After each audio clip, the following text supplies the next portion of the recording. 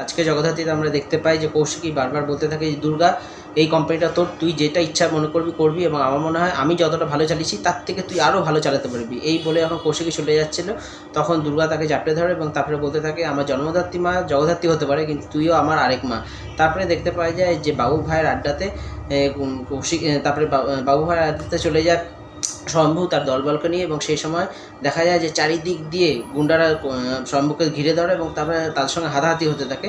সেই সময় কিন্তু একজন গুন্ডা দেখা যায় যে এসে শম্ভুকে মারার চেষ্টা করে, পিছন দিক থেকে এসে বাঁচিয়ে দেয় তাকে জগদ্ধাত্রী এবং জগদ্ধাত্রী গুন্ডাদের সঙ্গে হাতাহাতি করতে থাকে এবং তারপরে হঠাৎ করে তার মাথাটা ঘুরে যায় এবং শম্ভু তাকে সামলে নেয়। তারপরে শম্ভু জগদ্ধাত্রীকে নিয়ে বাড়িতে চলে আসে এবং তখন দুর্গা বলতে থাকে যে মা তোমাকে এখন এইসব লড়াই করতে হবে না, লড়াইয়ের জন্য আমি তো আছি এবং অনেক দিন পর বাবা মাকে আমি পেয়েছি, সুতরাং আমি আর তোমাদেরকে হারাতে পারবো না। তখন দুর্গাকে জগদ্ধাত্রী বলতে থাকে যে এবার তো তোর জন্য পাত্র ব্যবস্থা করতে হবে। তখন দুর্গা বলে যে হ্যাঁ ঠিক আছে, পাত্র ব্যবস্থা করবে কিন্তু পছন্দ হবে আমার মতো।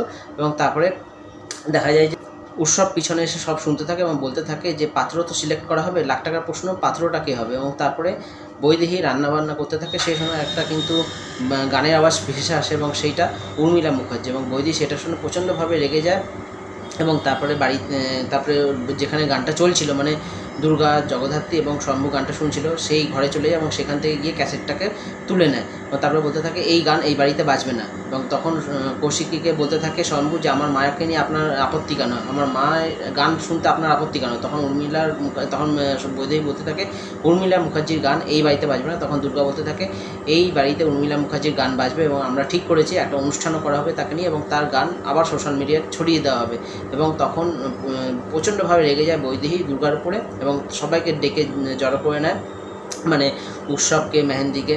এবং তারপরে বলতে থাকে যে মানে বৈদেহী বলতে থাকে যে এই অনুষ্ঠান কিছুতেই করা যাবে না এবং তখন বারবার রিকোয়েস্ট করতে থাকে উৎসব মেহেন্দি যে না এই অনুষ্ঠানটা করো না, তাতে কিন্তু আখেরে কিন্তু ক্ষতি হবে। এবং বৈদেহী যখন চাইছে না তখন দুর্গা বলতে থাকে এই অনুষ্ঠান হবে এবং আমার বিরুদ্ধে কেউ বলবে না। এবং তারপরে জগদ্ধাত্রী বলে ওঠে এই অনুষ্ঠান আমরা করবই এবং এই অনুষ্ঠানের দিনই কিন্তু দুর্গার জন্য পাত্র ঠিক করা হবে। তারপরে এপিসোডটা শেষ হয়ে যায়, দেখা যাক নেক্সট এপিসোডে কী হয়।